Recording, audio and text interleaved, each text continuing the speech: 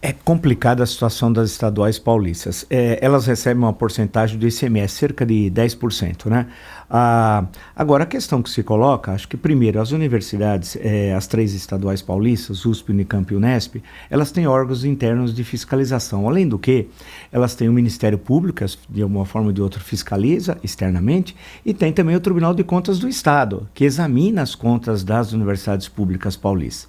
O senhor deputado fez essa acusação. Vamos ver se isso se comprova.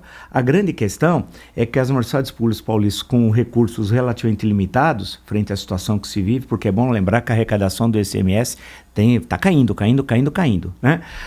Em São Paulo, elas representam a maior parte das pesquisas. O desenvolvimento da ciência e tecnologia no Brasil, em grande parte, os responsáveis são as três estaduais paulistas.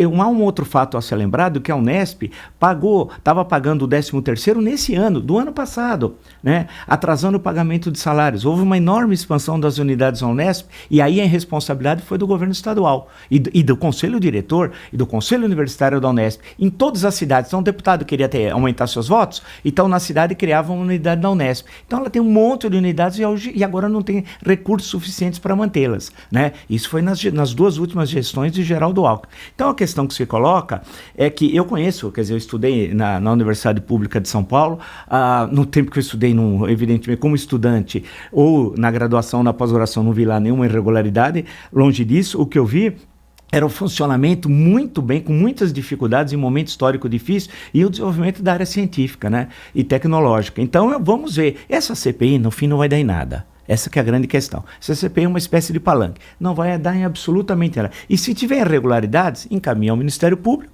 O Ministério Público solicita abertura de inquérito, e esse inquérito pode ser não recebido pela Justiça e pode virar uma ação penal. E insisto, elas já são fiscalizadas pelo Tribunal de Contas do Estado, o Ministério Público está toda hora rondando, e há mecanismos internos de fiscalização para eliminar, inclusive, segundo o deputado, pagamentos como esse. Agora, eu queria que ele comprovasse, apresentasse o olerite, deve ser um olerite, em outros estados é chamado de contra-cheque, em São Paulo é chamado de olerite, desse cidadão que teria recebido mais de 2 milhões em um mês. Ele tem de mostrar que é uma prova, né?